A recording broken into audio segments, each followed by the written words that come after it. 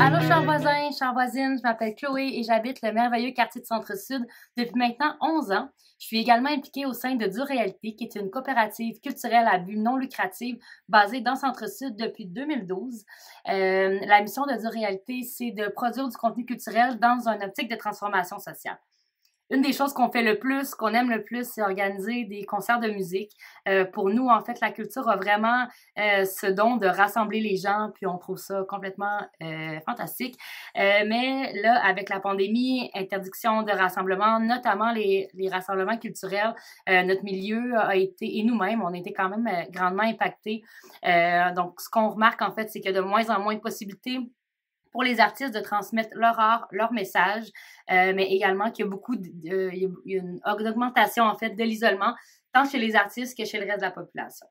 Donc, on s'est demandé qu'est-ce qu'on pourrait faire pour continuer de travailler à notre mission, puis de soutenir également nos communautés, que ce soit notre communauté de proximité, donc nos voisins, nos voisines, mais également les communautés artistiques avec lesquelles on interagit. Et puis, on est venu à imaginer un projet qui s'appellerait l'Entrée des artistes. L'Entrée des artistes, c'est un projet d'exposition d'art visuel. C'est un projet sur et par la communauté musicale émergente. C'est-à-dire qu'on demande à des musiciens et des musiciennes de produire des œuvres en art visuel et on demande à des artistes visuels de produire en fait des œuvres sur le thème de la scène musicale.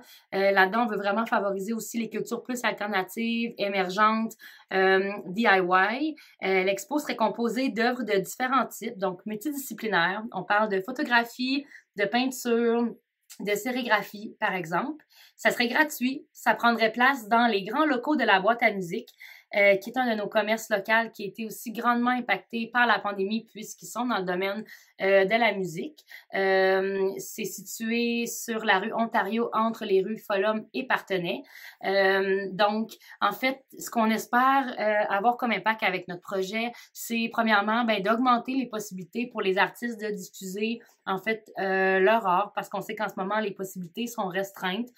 On veut également apporter un peu de réconfort là, à travers l'art visuel, que ce soit aux artisans, artisanes de la scène, mais également à nos voisins, voisines qui habitent dans le Centre-Sud.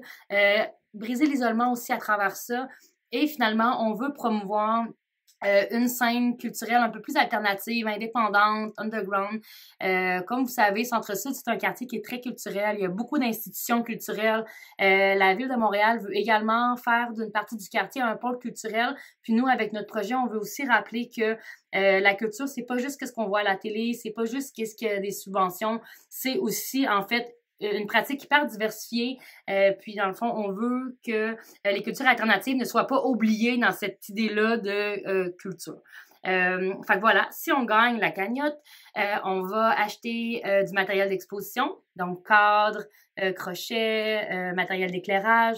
On va également imprimer des affiches pour faire une promotion au max du projet et on va aussi acheter du matériel sanitaire afin que tous et toutes puissent visiter l'expo en sécurité. Alors voilà, mais merci.